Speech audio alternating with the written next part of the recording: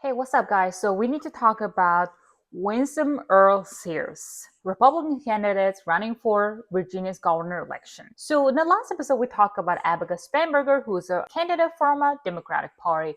But today, we need to focus on Winsome Earl Sears, specifically on her agenda. I feel like Winsome Earl Sears is a strong candidate. She has a military background. She was a former Marine Corps veteran. She also served in the House of Delegates before, and she is currently the Virginia's lieutenant governor. And there's no doubt that she has a strong aura and that she's a strong candidate. However, let's take a look at the top 5 issues in the Virginia voters in 2025.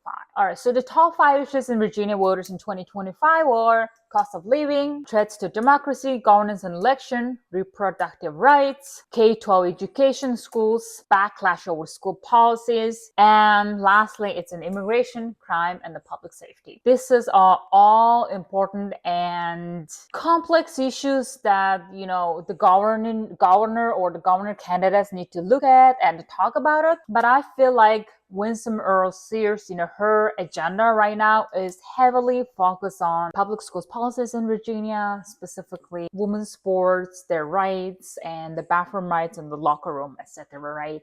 And obviously, there's a couple of incidents, very unfortunate incidents that happened that really got the people's attention in Virginia, and obviously, she's running on that. But she needs to focus more on cost of living and public safety as well. But I just came across this video from NBC4 Washington. It's called Culture Wars or Cost of Living. So let's take a look at it together. And I don't think voters are really necessarily demanding those specifics right now. They just want to know that that's a priority.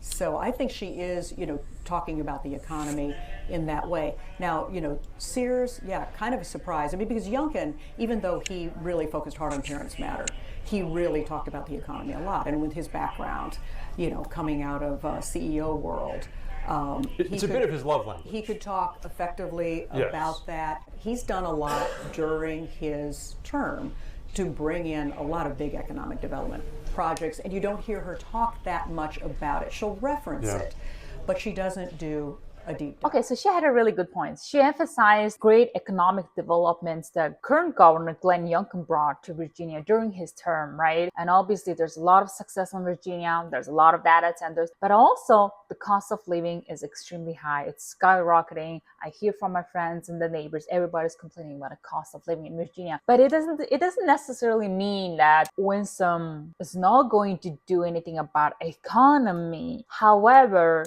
her main campaign agenda right now is just focused on the women's rights and sports, and of course it's very, very important. Okay, so if you can take a look at the polling on the New York Times, it looks like Abigail Spanberger is consistently leading over Winsome Earl Sears, at least by 10-point average. I don't think I have seen the poll being this consistent, but Abigail Spanberger's campaign agenda is heavily focused on the lowering in costs, lowering our prescription drug costs and the healthcare costs and stuff.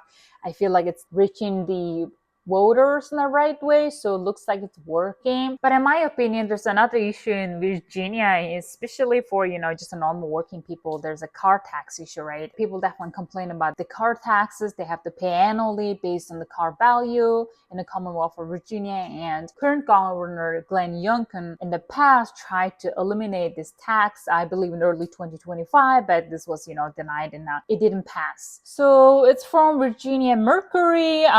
Virginia car tax credit hits dead end before Senate panel. So Youngkin's proposal to phase out the car tax was rejected by the subcommittee. So I think it happened in January 2025. So this is a really complex issue in Virginia, and obviously, many people are not happy about that. However, this is not something can be easily be eliminated, whether it's Abigail Spanberger or Winsome Earl Sears, right? So current governor Glenn Youngkin has already tried to eliminate this car tax before he leave the office, but obviously it didn't pass. So I just want to show you guys what happened. Okay guys, so my personal take on Winsome Earl Sears, I don't think she has a strong campaign messaging, but the only thing that which is the bathroom issues. I think it's a pretty big issue. I think it goes beyond bathroom and locker room in the schools because it can definitely affect a lot of kids.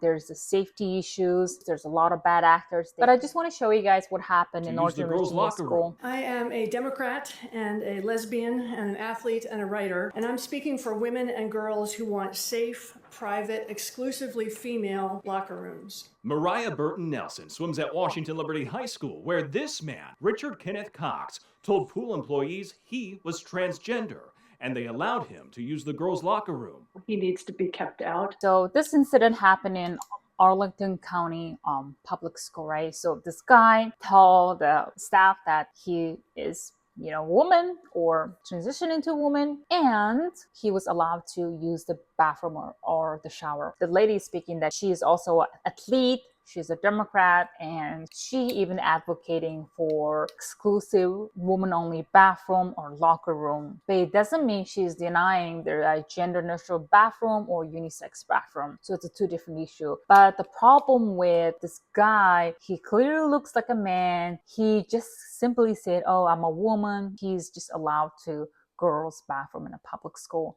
And imagine there's young girls who are so scared to defend themselves or doesn't even know how to defend themselves, right? There's a lot of vulnerable people, and public officials or school boards or governor, if they allow men use public schools bathroom just because they say they're woman, it's definitely a big problem. So in my opinion, the solution is we have to have a clear guideline on who can be allowed to girls' women's bathroom and the locker room, most importantly K-12 schools. Just going back to Winsome Earl Sears' agenda, I think her agenda is heavily focused on this issue, and whether you have a kid or not, whether you have a daughter or not, we all get impacted by this issue. But I think this issue will only get worse in the future if you don't take care of it right now. Let me know what you guys think in the comment section, and thank you guys so much for watching, and I'll see you in the next one.